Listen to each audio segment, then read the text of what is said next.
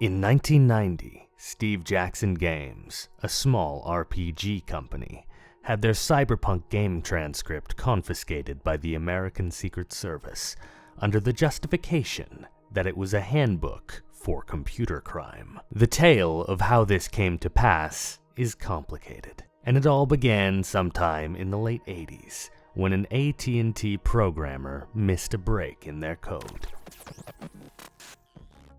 The following is a story that sounds like it was written by Guy Ritchie. It begins with several unrelated events that collide spectacularly in ways that no one could have expected. If you're here only to hear about the RPG angle, I ask that you have some patience, because the Steve Jackson Games raid is just one tiny snapshot of the astonishing cascade of coincidence and incompetence that caused the bizarre event to occur. We'll cover the blunder at AT&T once we've met the notorious 90s hacker organization, the Legion of Doom. And we'll begin to understand how this group of internet renegades and the Secret Service agents tailing them became the RPG community's problem. The hackers of the late 80s and 90s are in some ways hard to recognize compared to the modern way that hackers function. After all, the internet hadn't yet come to exist in its modern form.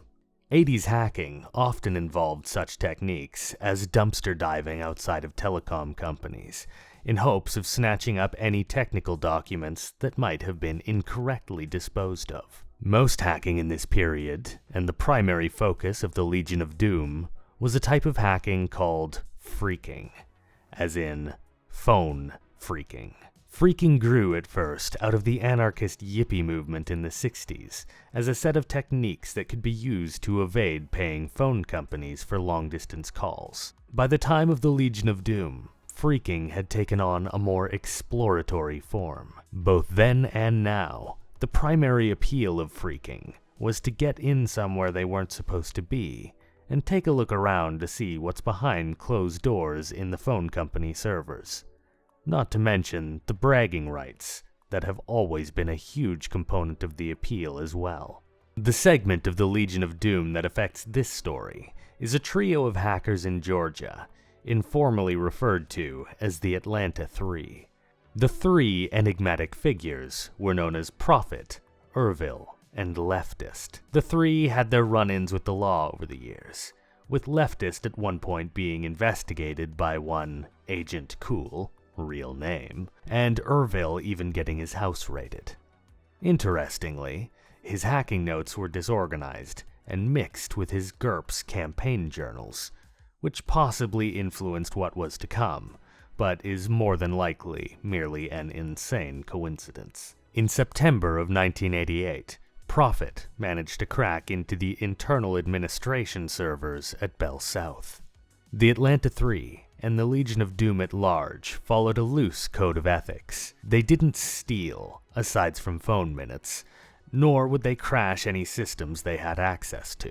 So Prophet's intentions when he managed to access the network was merely to poke around to see if he could find any passwords that would let him crack other systems. What he found instead was a document that would end up ruining his life and bringing down the long arm of the law on the entire phreaker community, and eventually on an unrelated RPG company. The document in question was an unremarkable thing, a 12-page document titled as E911, as in Emergency 911. It was filled with a bunch of corporate jargon related to the administration of emergency lines. Nothing terribly significant. Definitions of what the E911 service needed to be capable of, where to direct complaints about emergency lines, that sort of thing. So Prophet copied the document as a souvenir to show off to his peers before leaving the network. One of the top ways that hackers stayed in contact with one another was through the hacking newsletter Frack, which is actually still in publication to this very day. Various hackers and phreakers would submit information they had filched and techniques they had discovered to the newsletter. Frack was then submitted to dozens of BBS servers.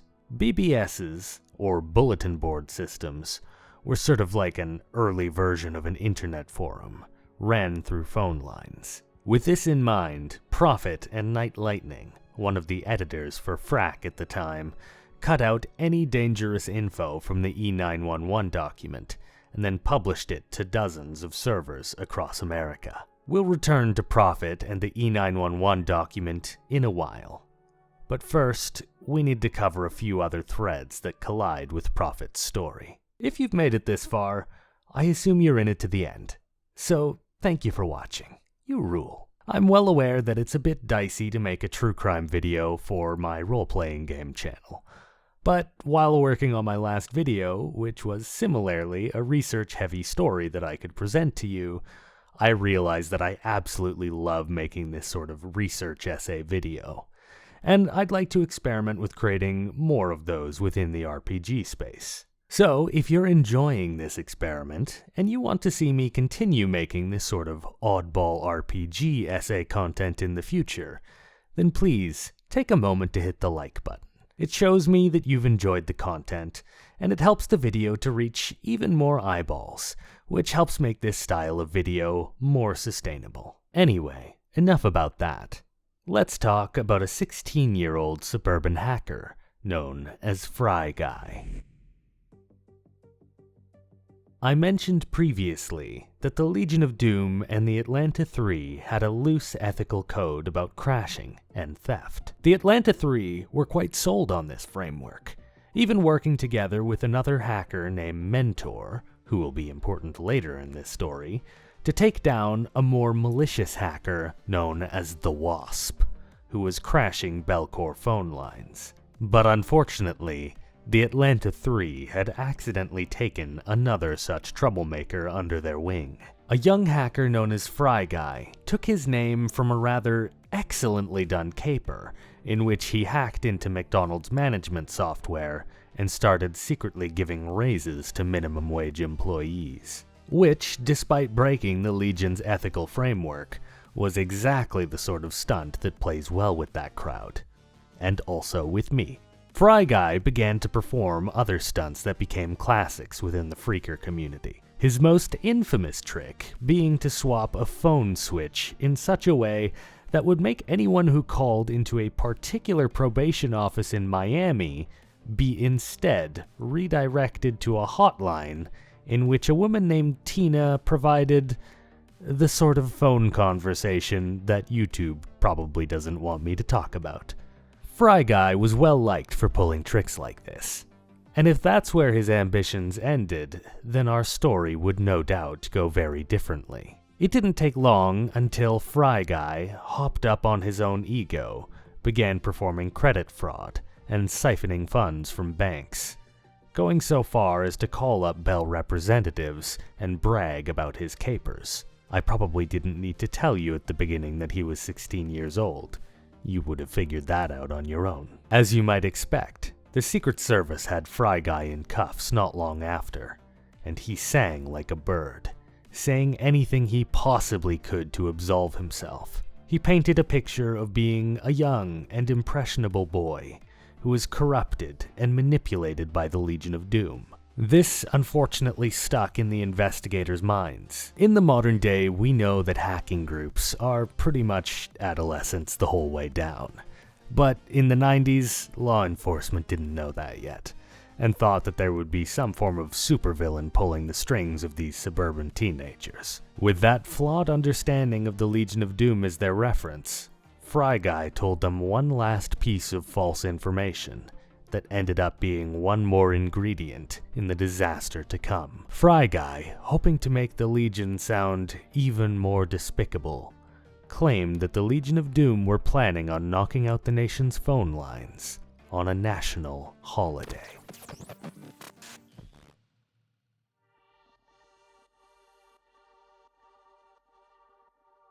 Alright, the phone lines. The last piece of our puzzle before everything explodes into chaos. The subject in question is the AT&T switchboard system.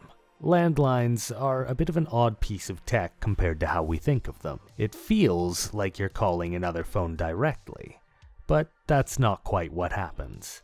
When you call, you're actually calling in to the switchboard. Then the switchboard routes your call to the outgoing line you are looking to connect to. That's what phone operators used to do, manually connect your call by physically plugging the wires in to connect you to the correct switch. By 1990, this was almost entirely being phased out in favor of computerized switchboards that routed calls to the correct receiver on their own.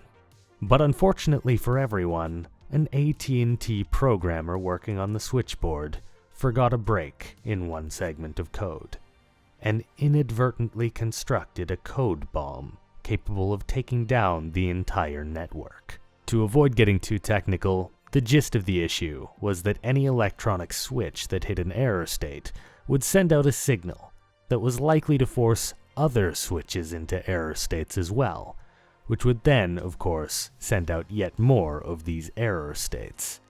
Within 10 minutes of encountering an error in 1990, the AT&T network began to buckle under the strain and reached a near-complete collapse, leaving tens of thousands of Americans without working phone lines. And now our plot threads begin to come together. Fryguy had claimed that the Legion of Doom was planning to knock out the phone system on a national holiday. The AT&T crash took place on January 15th of 1990, which on that particular year meant that the phone system had gone down on Martin Luther King Day.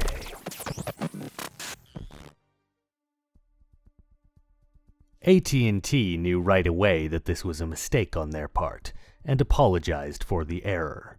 Despite that, news agencies looking for a headline supposed that this network interruption might have been a malicious attack from communist hackers. Meanwhile, it didn't seem to matter terribly much to the Secret Service if the AT&T situation was a real hack or not. They had just witnessed firsthand how much power was now in the hands of computers, and if there was even the possibility of a hacker intentionally causing a repeat incident, that meant it was time to take down the Legion of Doom without mercy. With the controversy surrounding phone lines, the Secret Service began to take a closer look at this stolen E911 document they had been monitoring since last year. The document was, to put it in highly technical terms, complete gobbledygook.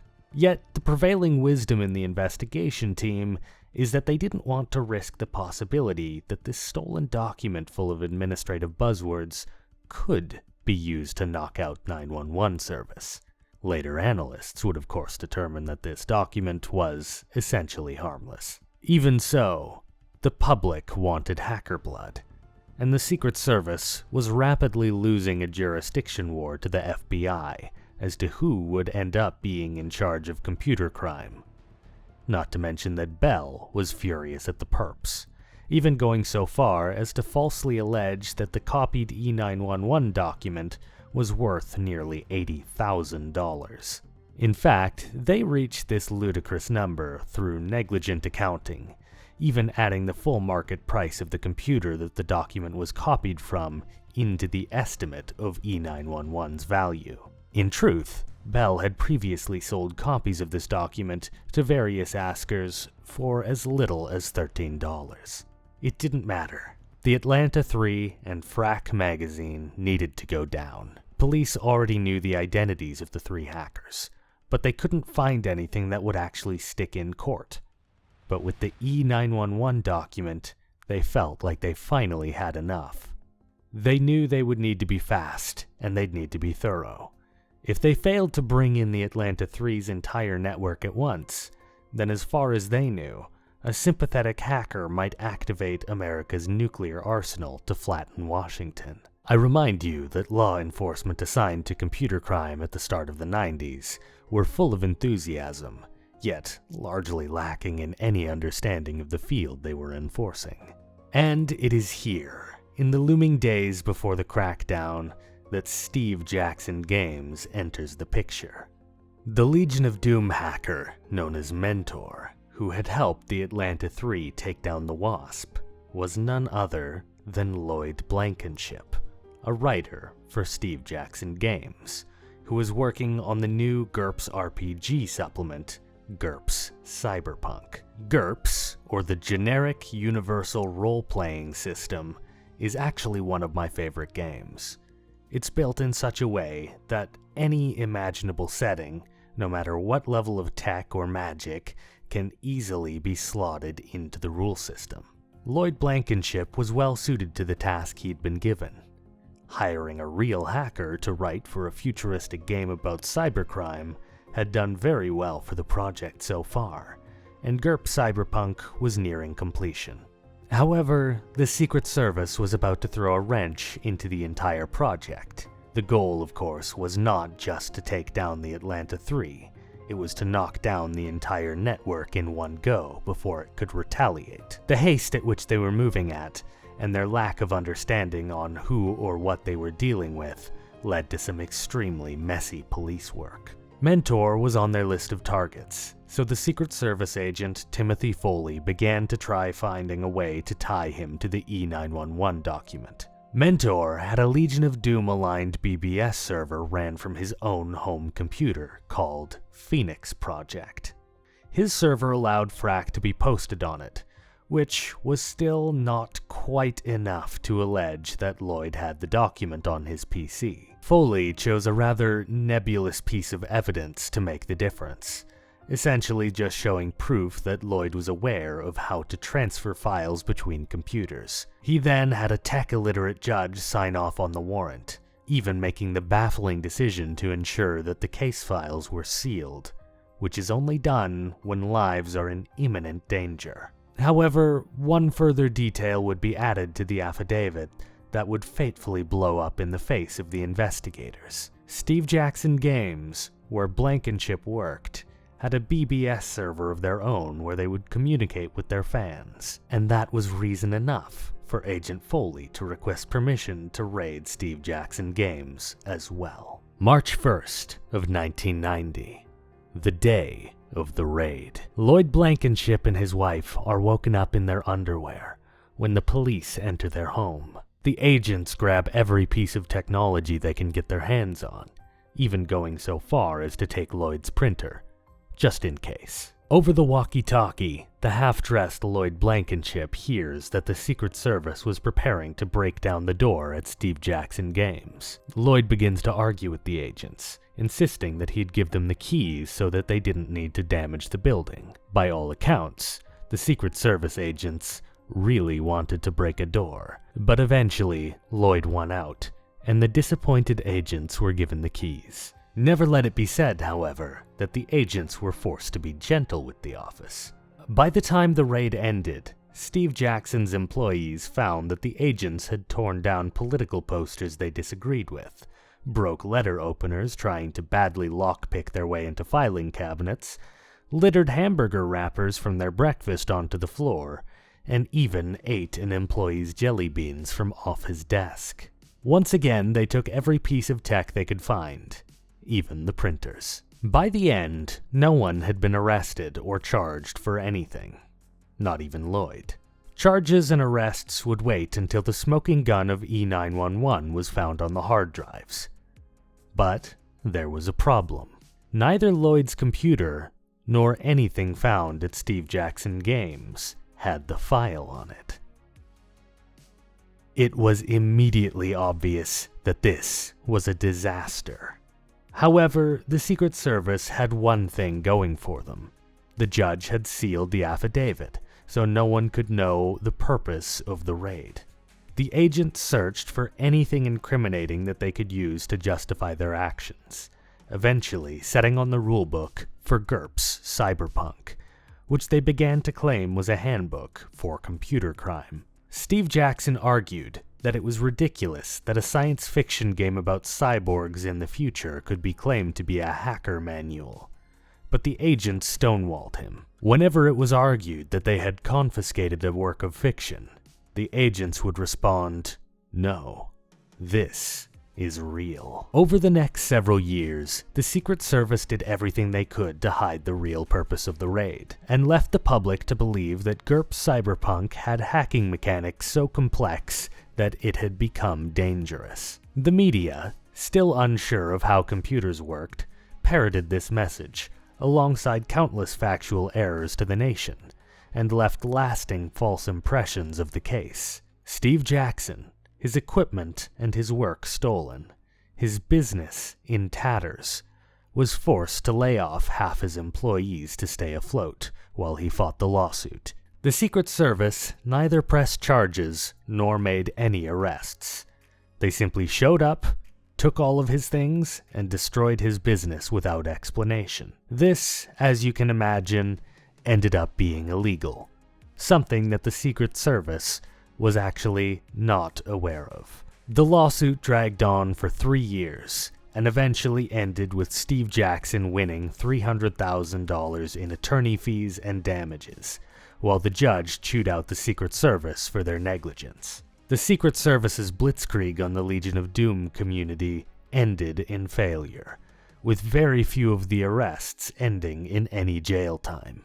Meanwhile, Steve Jackson Games eventually bounced back and managed to release their Cyberpunk module, though they had to piece it together mostly from memory and old backups, since their original book had been confiscated.